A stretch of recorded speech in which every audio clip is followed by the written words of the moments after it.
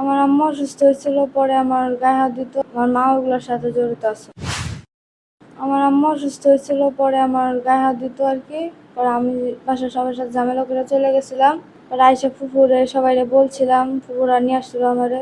আমি এই জায়গায় আসতে চাইনি, আমার জোর করে আনা হয়েছে রোজার কয়েক মাস আগে। আনার পরের থেকে এরকম নির্যাতন শুরু, কত 5-6 মাস ধরে শারীরিক নির্যাতন।